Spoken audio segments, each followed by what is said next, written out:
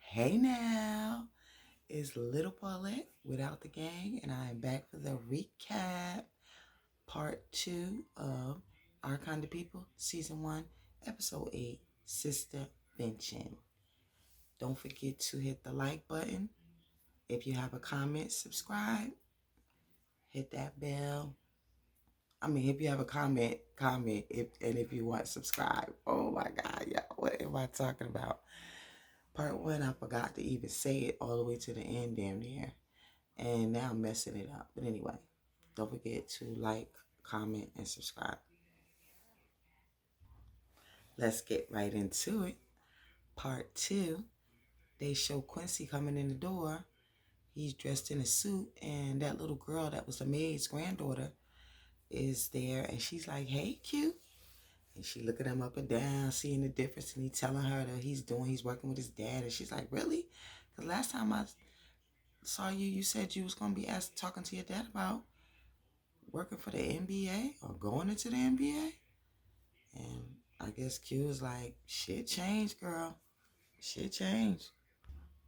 Oh, play for the NBA, because she said something like, "You should be in a camp getting ready for the draft." And he was like, "Well, I got to get ready to take over Darman, dad's orders." And she's like, "I ain't think you was the type of guy to take orders from anybody." Well, honey, let me tell you something, little girl. Everybody got a boss. Everybody. So somebody taking orders from somebody, even all the way up at the top. Everybody got a boss. Trust and believe that. Her little ass gonna say, "That's why I liked you." And he was like, "Oh, so you like me?" And she's like, "Yeah. Well, maybe I'll see you around if you can get away from the office." That's what I'm saying. I don't know why we as young black women, not all of us, but the majority of us, we do not appreciate a man like that until we get older. I don't know what it is. Maybe we think men like that can't protect us because they don't look all thugged out or whatever. They don't look like they could beat somebody up. I, I really believe a lot of that has to do with that. But then when we get older, we really appreciate those kind of men. I like nerds. I always like nerds. But that's me. And I don't mean every guy that's like that is a nerd. I'm just talking about me personally. I've always liked brainiac, nerdy guys. Not that that's all that I've been with, but that's always been my preference. I had some dum-dums too. But if I had some dum-dums, then that make me a dum-dum too. So, hey, it is what it is. But y'all know I ain't dumb. I just had some dumb moments. Dumb ninjas was dumb. Child, they show Raymond, little boy's father we was just talking about. Looked like he had some resort and like business type meeting, whatever. Or he just finished up and his phone rings. Excuse me, y'all got a cough. My bad. His phone rings and it's Teddy Franklin, and he's like, "What do I owe this pleasure to?" Teddy just started getting in his ass, saying he can't believe that Leah let him back on the island, and she too forgiving, but he not, and told him, "Mess up again." Like he was talking to his child, like this was a little boy, and he was about to whoop his ass.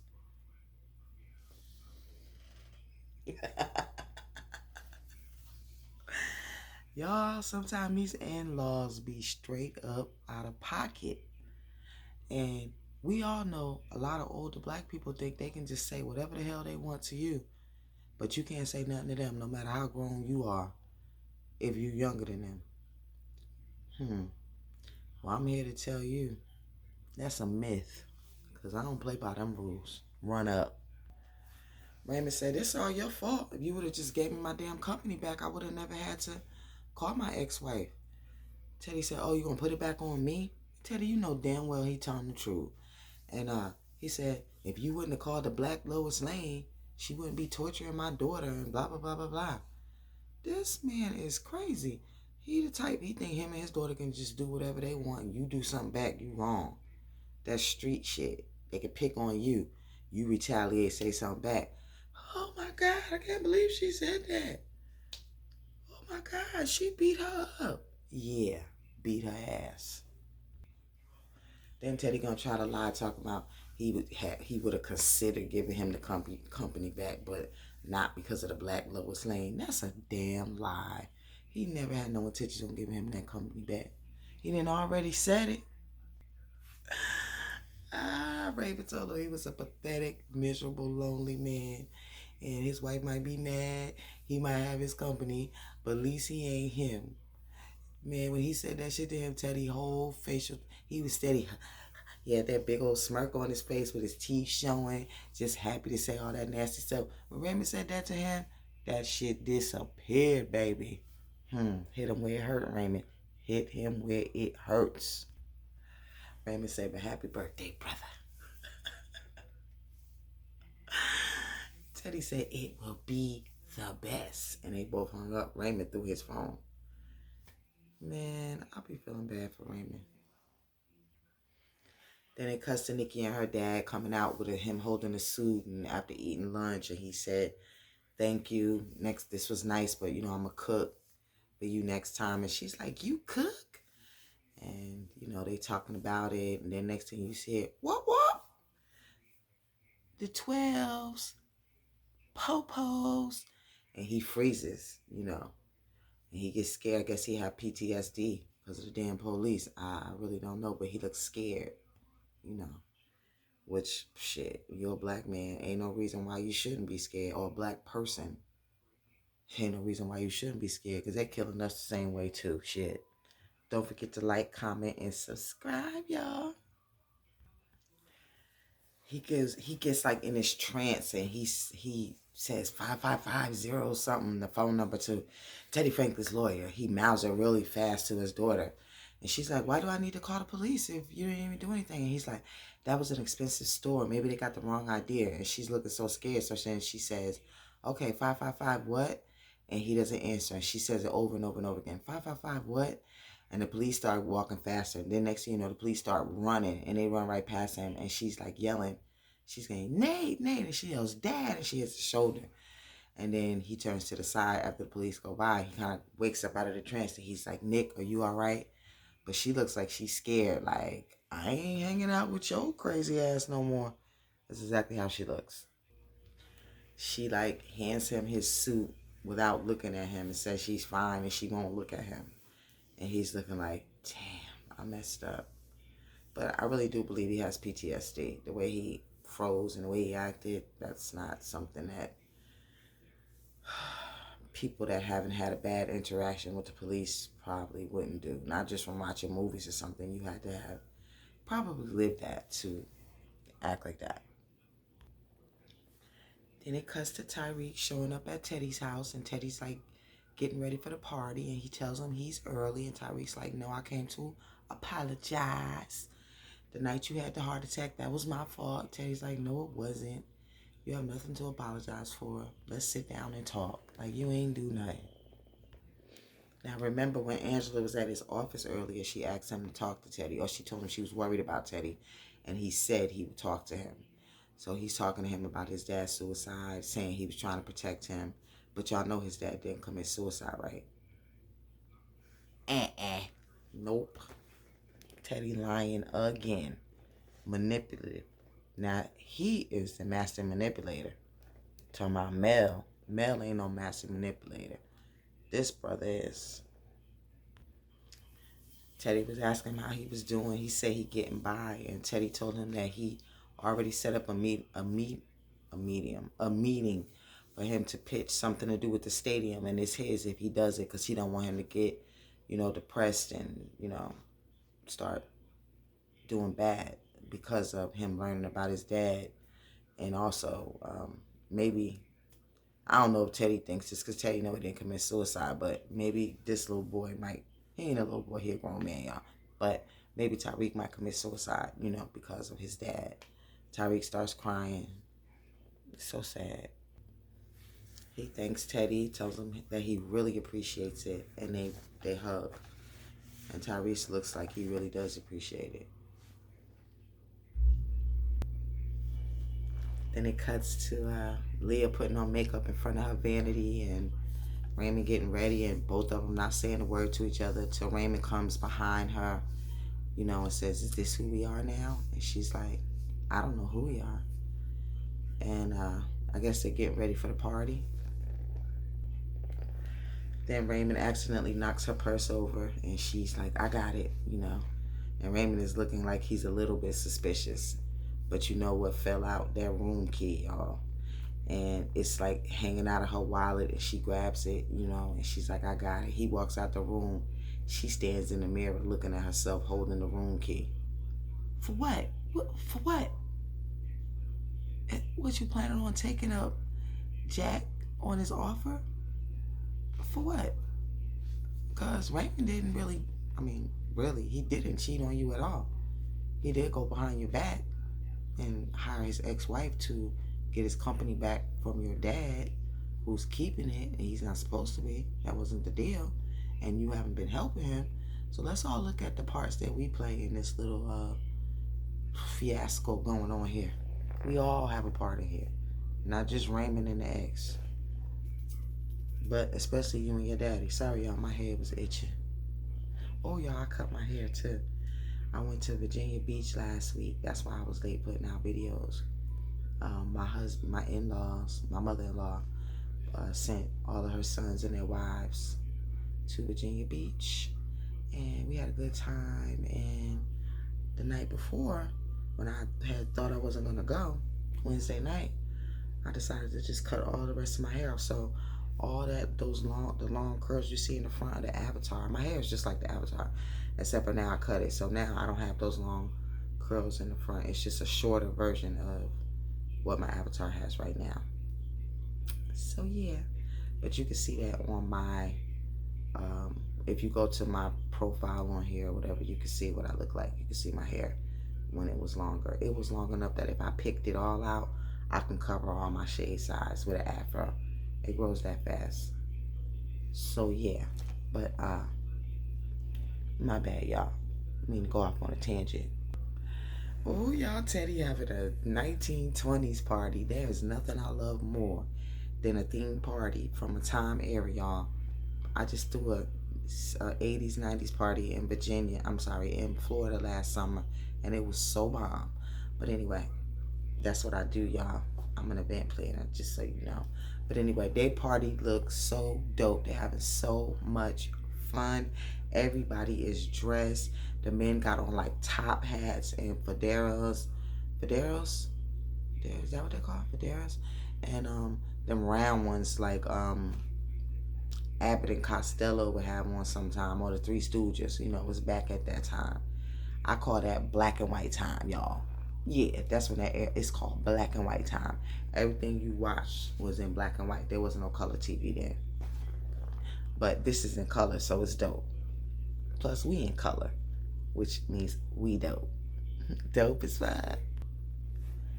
In walks Angela and Nikki. They dress too.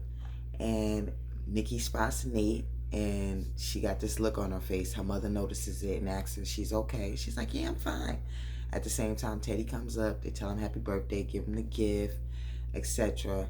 Then Nate and Nikki lock eyes, and he looks like he's coming towards her. And instead of her coming towards him, she's like, "Oh, I'm going to go over here." Like, she's trying to avoid him. Yeah, Nate. Wow, Tyreek snapped at Angela because she told him that they needed to talk, and he tried to deflect to sex again, just like she said earlier that she thought that's what he was trying to do. This mother gonna get a little loud with her, talking about everybody's having fun. Please, no talking, could you not press tonight? Like an old drunk in here looking like he was in that Jessica Rabbit movie or whatever, looking like a damn fool. I mean, he looked like the character, but while he's being mean, he looking like a damn fool, y'all. Nate was watching the whole thing. Angela just walks over to the bar, orders her a drink. Nate come up, say, "I saw you dusting it up with old boy." And she like, "Yeah, he having a hard time, but I'm trying to have a good time tonight." And she told him that he looked nice, and he was like, "Yeah, you owe it to our daughter." And she like, "Look at her over there looking like she just stepped out of the Savoy." And everybody does. I love this. Do y'all know that movie, Stomping at the Savoy? I love that movie. It's on YouTube. It stars Vanessa Williams, Jasmine Guy,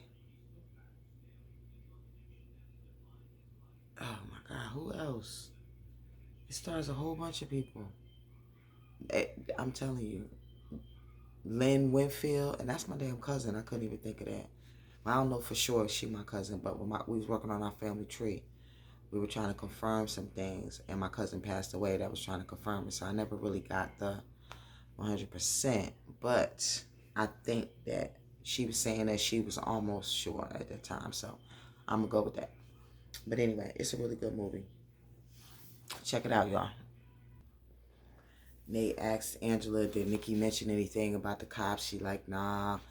She only said that they had a good time. He tells her what happened, and she's like, yeah, I'm gonna talk to her, whatever, and thanks for being strong, for your daughter, being there for her. And he's like, I might look like I'm strong, but, I'm going through it, She looked like she's strong, but she's really going through it. That's why she's kind of avoiding him or whatever. And she's like, thanks for telling me. Next, they cut to Quincy busting into the room where Teddy is with all his friends, probably smoking cigars. And he's like, the press is here, and I can't get rid of it. I'm sorry, y'all. My dog is crazy. Shit, I don't even know where I was at. Teddy, the press is here, and I can't get rid of him. The grandson said, Teddy's like, I got to handle this once and for all. He comes out, and everybody's like, surprise! He told him that they had snuck in the back or whatever, so he thought they was at the party, and yeah, they was giving him a surprise, his kids and the grandkids, and they say this night is about your favorite things, and they say they're gonna start with the Lindy Hop, and they all had quick lessons, and then they throw the grandson the cane, and he just start dancing, y'all, just like, you remember, did you see 17 again, when they was at that little club that night getting it, just like that, and stomping at the Savoy.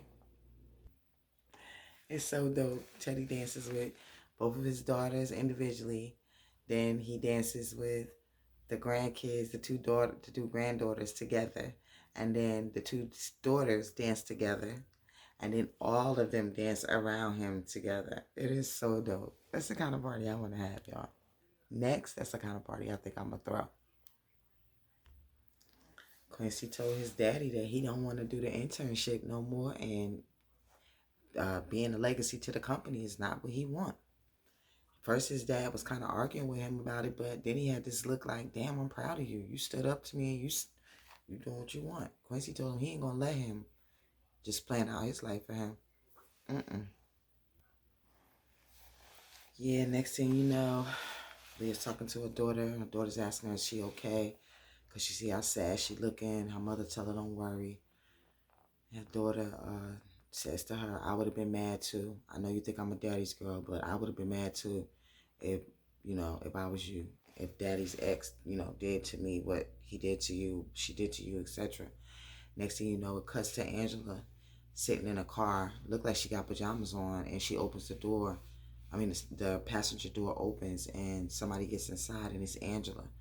Leah's crying, and Leah is showing her the key and telling Angela how, she got the key from Jack or whatever. I guess she needed to confess or talk to somebody about it. But she really does look upset. Maybe she's feeling bad because she kept the key, so she drove over to Angela's house to talk to her about it. Leah's like, shoot, I could be up in there, like, crying and stuff, saying she could be tearing up her marriage. And Angela's like, yeah, but you called me instead. And Leah's like, yeah, I gotta be strong. And Angela's like, well, I was at the last Black Lady Convention, and it turns out you don't have to have the weight of the world on your shoulders no more. You don't have to be strong like that no more. Baby girl, let that ish go. Like I told y'all in part 1, let it go. Angela said that she watched her mother be strong her entire life. And as much as she learned from that, she would have learned more from her softer moments. Hallelujah. She is not lying. I feel the same way, that I could have been softer in front of my kids as well. That had I been that way, I feel like they could have learned a lot more from me. And sometimes I watch my oldest daughter, and she is just me all over again, so hard. And I'm hoping that she starts softening up soon. And it's not like when she's 40, because she's in her early 30s now. Wow. Then they both start talking about how Teddy made both of their mothers crack and how black does crack, and that, black women gotta stop letting the whole world be on their shoulders and shit. Let some shit go. And she's talking about how now her marriage is part of the collateral damage because that's not the only people that Teddy have hurt. Teddy, Teddy, Teddy. So Angela says the real power is in honesty and just put it on the table. Like, it may expose some of our stuff, but she was like, the weakness will be going to that whole hotel room with Jack. Like, that's weak. That's just giving up, throwing in the towel. Work on your marriage. Angela told Leah being vulnerable with Raymond, telling him exactly what she just told her. That's power. That's powerful. Honesty is powerful, y'all. Angela gets out the car because she says that, and you hear her car start up, and Leah's still sitting in the car crying. So I'm going to end this because we already over 20 minutes, guys. And don't forget to hit that like button, leave a comment, and subscribe. You can even hit that bell for notifications of when my next video comes out, okay? So this is part 2 of the recap of Our Kind of People, Season 1, Episode 8, Sistervention, Part 2. All right, thank you guys so much for watching. Peace.